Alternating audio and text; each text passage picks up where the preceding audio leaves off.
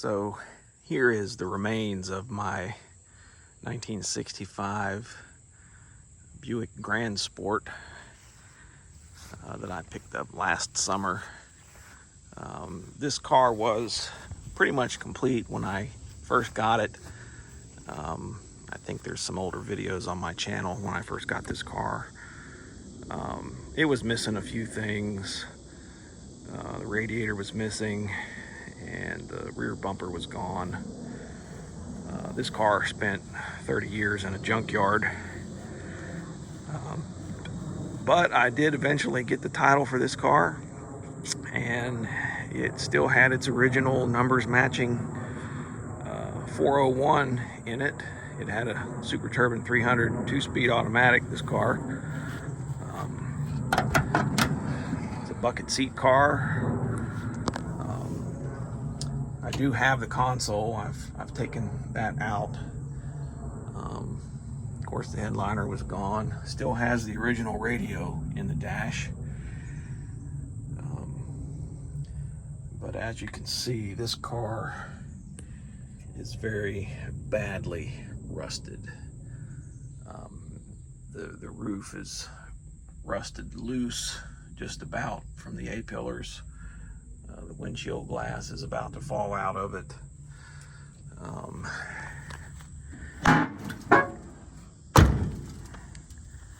But it was a good parts car.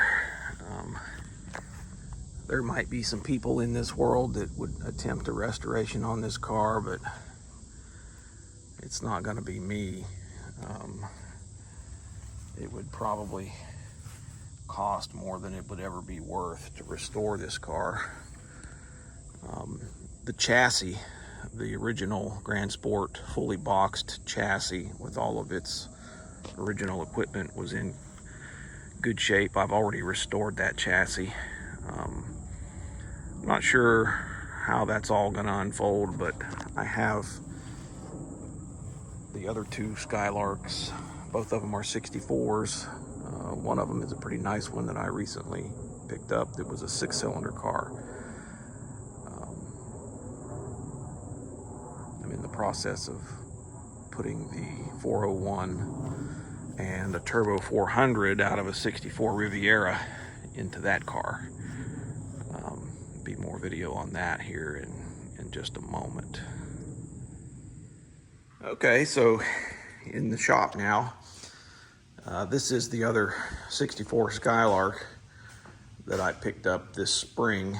I think I picked this car up back in May. I can't remember for sure, but there is video of this car when I first got it on my channel if you're interested. This is an original unrestored survivor car that's in really good condition. It was a New York car, but it was a one owner, and it was garage kept all of its life. Probably not too obvious in this video, but it does have a neat patina on it. It's got some paint issues where it was stored in a garage for a long period of time, with just covered with boxes and all kinds of junk, and it looks like it had some moisture damage from that. Very minor rust on this car for a New York car, especially. Even the underside of it's in better than average shape. But anyway, I've got the 401 out of the GranSport installed in this car. Did this last weekend. Initially, I thought that I was going to spend a lot of time detailing this engine bay, painting the engine and all that stuff and making it pretty. But before I did that, I scraped all the grease and funk off and pressure washed under here and got everything clean. I did the same on the engine, although the engine was really not even greasy. It was just dusty. This engine was apparently overhauled very recently before the car ended up in a junkyard. I did manage to determine that. I've had the oil pan off of this engine, and I mean, it is brand new on the inside. But anyway, after I got all this stuff cleaned up, I realized that the patina all matches.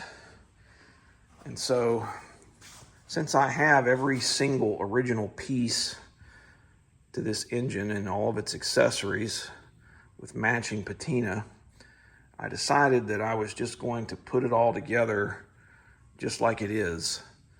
When I get through, it'll really look like an original installation. Not that I would attempt to pass it off like that, because I don't believe you could get a 401 in a 64 Skylark. But this one will have it. I'm looking forward to getting this all finished so I can start driving this car with this engine in it. I've already had this engine running. It runs great. I did manage to locate a hen's tooth here with this 1964 Turbo 400, although I guess Buick still called it an ST 400. Was it an ST? And then some people call them SP for switch pitch 400s. But since this is a 64 model transmission, it's 1 year only. It does not have the switch pitch feature. It is basically a standard Turbo 400, but with some unique features. The valve body is different. The shift pattern is park, reverse, neutral, drive, and low. It does not have a second gear detent in the valve body, although it is a 3-speed. So it's unique.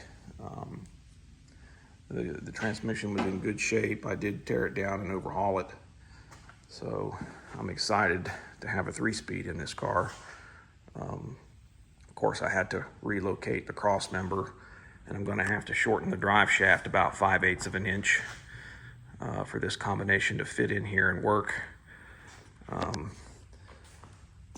This morning I'm getting ready to sort this wiring harness out. This is the engine harness from the GranSport. It's in very good condition. It's not cut anywhere, has all the original connectors on it in good shape. The tape has deteriorated a little bit. I'm going to clean it up and fix all that stuff and install it in the car.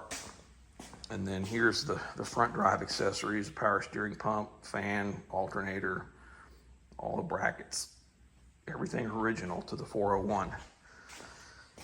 The only thing I don't have is the original radiator and fan shroud, which is a disappointment. The 401, the nail head, has the coolant inlet on the driver's side instead of the passenger side like most GM V8s. And so it requires a unique radiator.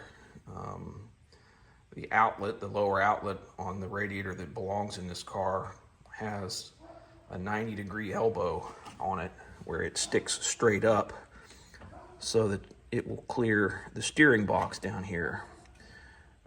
I can buy an aftermarket one that's correct, but what I can't buy is a fan shroud.